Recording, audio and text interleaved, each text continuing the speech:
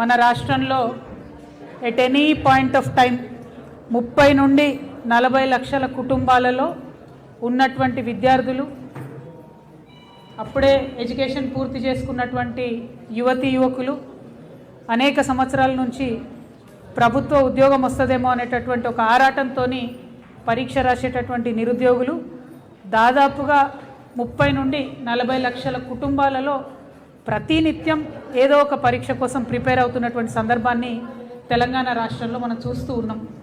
మరి ఇంత పెద్ద సంఖ్యలో యువమిత్రులు వారు చేసేటటువంటి ప్రయత్నాన్ని అంతా కూడా ఒక రాజకీయ లబ్ధి కోసం వాడుకొని కాంగ్రెస్ ప్రభుత్వం ఇవాళ అధికారంలోకి వచ్చింది. వచ్చే ముందు ఏం చెప్పొచ్చారు? మేము 2 లక్షల ఉద్యోగాలు మీకు ప్రతి సంవత్సరం ఇస్తామని రేవంత్ రెడ్డి గారు, ఉత్తమ్ కుమార్ రెడ్డి గారు చెప్తే నమ్మరని రాహుల్ గాంధీ గారిని తీసుకొచ్చి అశోక్ నగర్ క్యాంపస్లో కూర్చోబెట్టి వారి ద్వారా నిరుద్యోగులకు మాట్లాడించి భరోసా కల్పించి మరి మోసం చేసి వాళ్ళ నిరుద్యోగ యువకుల నెత్తి మీద కాలు పెట్టి తొక్కి కాంగ్రెస్ పార్టీ అధికారంలోకి వచ్చింది. ముఖ్యమంత్రి గారు చెప్తా ఉంటారు, ఒక్కొక్కరిని తొక్కుకుంటా వచ్చినారు మీరని. 100% కరెక్ట్. ఒక్కొక్కరిని తొక్కుకుంటానే ముఖ్యమంత్రి గారు పైకి వచ్చింది. అంతకుముందు బాలింతలకు, గర్భిణీ స్త్రీలకు డబ్బులు ఇచ్చేది 9+3 ఆర్ 9+4 12,000 13,000 వాళ్ళకు బంద్ చేసిరు. కిట్టులు ఇచ్చేది అవి ఇచ్చి అన్నట్టుగా ఇస్తున్నారు. కనీసం అంగన్వాడీలో ఆశలు ఉంటే వాళ్ళకు జీతాలు పెంచే ఆలోచన లేదు. ఫీ రీఎంబర్స్మెంట్ డబ్బులు ఇవ్వమని విద్యార్థులు మొత్తుకుంటుంటే 7,000 కోట్లు మూసి ప్రక్షాళనలకు ఇస్తారు, కానీ అదే 7,000 కోట్లు ఫీ రీఎంబర్స్మెంట్ బకాయి ఉంటే దాని మీద మాట్లాడరు. నిరుద్యోగ యువకులు నిరంతరం మాకు పోటీ పరీక్షలు వేయండి అంటే ఆ జీవోల గురించి మాట్లాడరు. ఇవాళ స్పెసిఫిక్గా ఈ రాష్ట్ర ప్రభుత్వమే నిలదీస్తూ ఉన్నాం. మీరు ఏదైతే 2 లక్షల ఉద్యోగాలు ఇస్తామన్నారో ఎందుకు ఇంతవరకు కనీసం జాబ్ క్యాలెండర్ ప్రకటిస్తలేరు?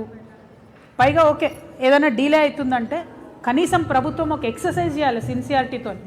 ఫర్ ఎగ్జాంపుల్ ఈ రాష్ట్రంలో ఏ నోటిఫికేషన్ వేద్దామన్నా ఏదో ఒక జీవో అడ్డం ఉంది. కనీసం దాని మీద గవర్నమెంట్ ఎక్సర్సైజ్ చేస్తలేదు. ఇవాళ పర్టికులర్గా డిగ్రీ లెక్చరర్స్ గురించి మాట్లాడదాం అనుకున్నాం. అయితే డిగ్రీ లెక్చరర్ల ఉద్యోగాలు వేయాలంటే జీవో నంబర్ 4 అడ్డంకిగా మారింది. అది మొన్ననే ఫ్రెష్గా రేవంత్ రెడ్డి గారు తీసుకొచ్చారు. డిఎస్సి వేద్దాం, టీచర్ పోస్టులు ఖాళీ ఉన్నాయి 20,000 పైగా అనుకుంటే 108 జీవో అడ్డం ఉంది. చంద్రబాబు నాయుడు గారు ఇచ్చిన జీవో ఇప్పటి వరకు కూడా 108 జీవో అడ్డం ఉంది. ఆనాడు ఆ ప్రభుత్వం మార్చలే, ఈనాడు ఈ ప్రభుత్వం మారుస్తలేదు. గ్రూప్స్ వేద్దామంటే GO number 29 SC ST BC మొత్తం అందరు విద్యార్థుల నోట్లో మట్టి కొడుతూ రేవంత్ రెడ్డి గారు తీసుకొచ్చిన జీవో అది అడ్డం. పోలీసు ఉద్యోగాలు వేద్దామంటే జీవో 46 అడ్డం. గురుకులాల్లో ఉద్యోగాలు వేద్దామంటే జీవో 81 అడ్డం. కనీసం ఈ జీవోల మీద ఒక్కసారి మీరు అడిగినరా, మాట్లాడినరా, నిరుద్యోగులను పిలిచినరా, ఎవరినన్నా ఎక్స్పర్ట్స్ని పిలిచినరా? అసలు ఎందుకోసం తెచ్చిరు ఈ జీవోలు? ఎవరి కోసం తెచ్చిండ్రు ఈ జీవోలు? మీరు ఇచ్చే నోటిఫికేషన్ వల్ల లాభం ఏం జరుగుతున్నది? ఇవాళ డిగ్రీ కాలేజ్ లెక్చరర్లకు 15 సంవత్సరాలైంది తెలంగాణ రాష్ట్రం రాకముందు 2011లో నోటిఫికేషన్ ఇస్తే ఇప్పటి వరకు డిగ్రీ కాలేజ్ లెక్చరర్కి ఇవ్వలే notification. First time after 15 years వస్తుంది. సరే 15 ఏళ్ళ తర్వాత నోటిఫికేషన్ వస్తుంది కదా అనుకుంటే దానికి ఒక కొత్త జీవో నంబర్ 4 అని తెచ్చిరు. మామూలుగా నెట్ సెట్ జరుగుతుంటుంది, national eligibility test every year కేంద్ర ప్రభుత్వం పెడతానే ఉంటుంది.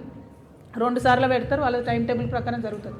ఇక్కడ స్టేట్ ఎలిజిబిలిటీ టెస్ట్ పెట్టాలి, ప్రతి సంవత్సరం పెట్టాలి. కానీ ఈ ప్రభుత్వం వచ్చినాక 3 ఏళ్లలో ఒకసారి పెట్టిండ్రు.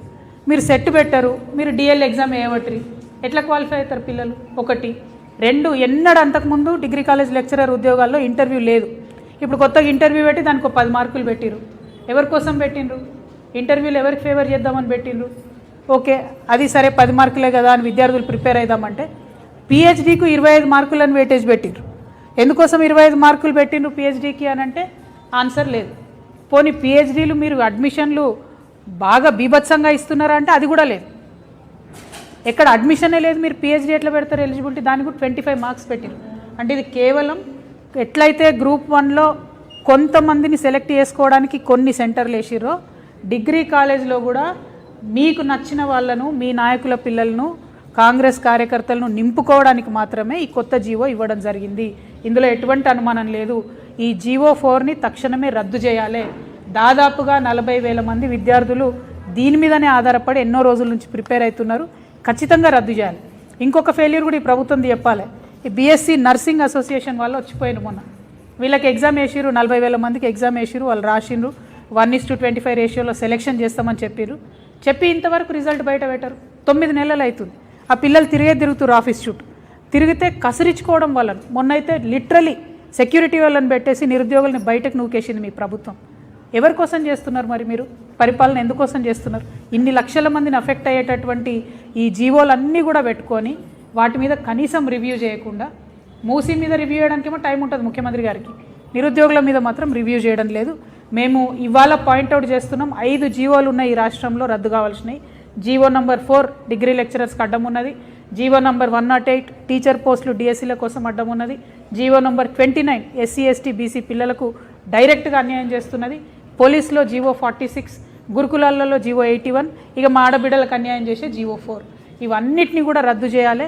నిరుద్యోగులను మీరు విస్మరిస్తే ప్రతి గ్రామంలో ప్రతి మండలంలో మేము వారి దగ్గరికి వెళ్తాం, వారితో మాట్లాడతాం, వారిని సమాయత్తం చేస్తాం, వారిని ఉద్యమంలోకి తీసుకొస్తాం. మీ మెడల్ వంచి ఈ జీవోలు రద్దు చేయించి నోటిఫికేషన్లు ఇప్పిస్తాం.